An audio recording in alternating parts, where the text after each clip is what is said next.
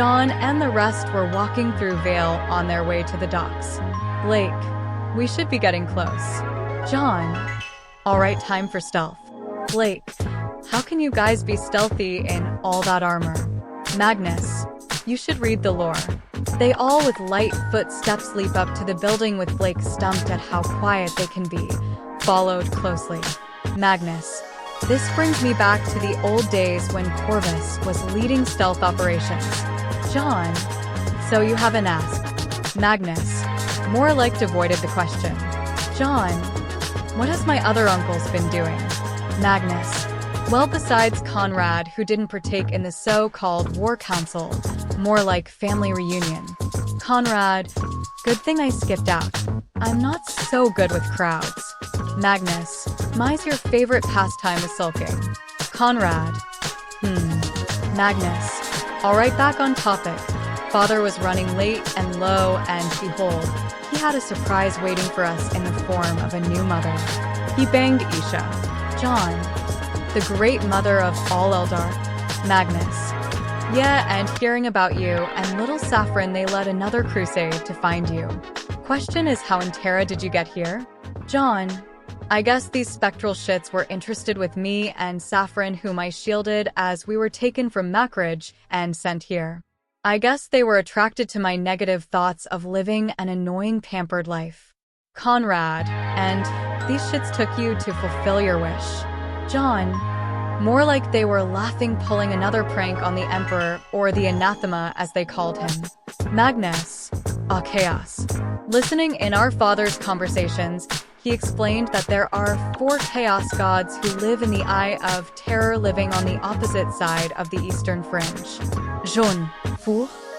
Magnus, yes, and bad news for you, nephew, one of them is after your soul, as she has decreed that she will capture all Eldar souls, and since you and your sister are half and little Adrian is a quarter, she'll be gunning for you 3. John, if that reality tumor you call a chaos god dares, I will bring all of my strength and power to smite that wretched entity back to the warp. Conrad, I heard that Isha would be the one to safeguard the Eldar souls from that wretch. Blake, guys. They stopped to see a bullhead land at the docks. Magnus, man, I forgot how slow their ships are. Conrad, remember Magnus, they are incapable of space travel, so it's no surprise their ships can't reach even a Valkyrie drop ship speed. Then Blake's fears are realized the very same people she stood beside are the culprits of all the crimes ongoing in Vale. But an arrogant voice came out as a man in a bowler hat came out. Roman, all right, you filthy animals, hurry up. We don't have all day. The police won't stay away forever. Chop, chop. Blake got angry until a hand held her still. John, uncontrolled emotion can be a hazard. Learn to focus it and give it a proper target. Blake nods as she centered it on Roman of all people. John lets her go to reason with them as Magnus and Conrad gets into position. Blake lands in the middle of the White Fang and Roman. Blake, brothers and sisters of the White Fang, hear me. Why do you do the dirty work with a criminal? Roman, haven't you heard? I made a new business partner, and they are willing to deal with anyone just to get a swing at their enemies. If you ask me, they would make a deal with the devil itself. The White Fang was not denying it to Blake's sorrow, but she stokes her ire as the White Fang has truly fell from grace when her parents left. Blake, so be it then. Something wet dropped on Roman. He checked his hat to see it to be blood. He looks up to see a strung-up grunt beaten bloody as the stuff of horrors came down with a loud crash. Roman paled at the visage of death. He feels like death itself was staring into his soul. He ran for the hills without question. But as he reached the bullhead, lightning smashed down on it, destroying his only means of escape. Roman, who the hell are these monsters?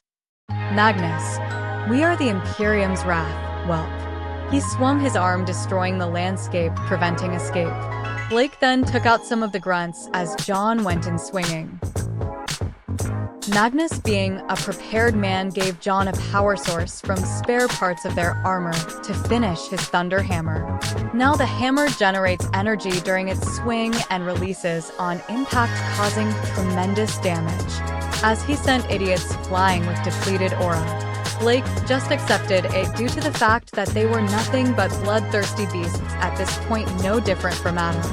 One carnage later, Team RWI arrived to see multiple grunts being arrested as they saw Blake and Jaune along with his uncles giving their testimonies.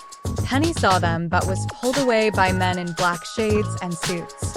Weiss apologized for her toxic behavior, and Blake, willing to give her a chance, decided to let bygones be bygones as they both shook hands and decided to be better.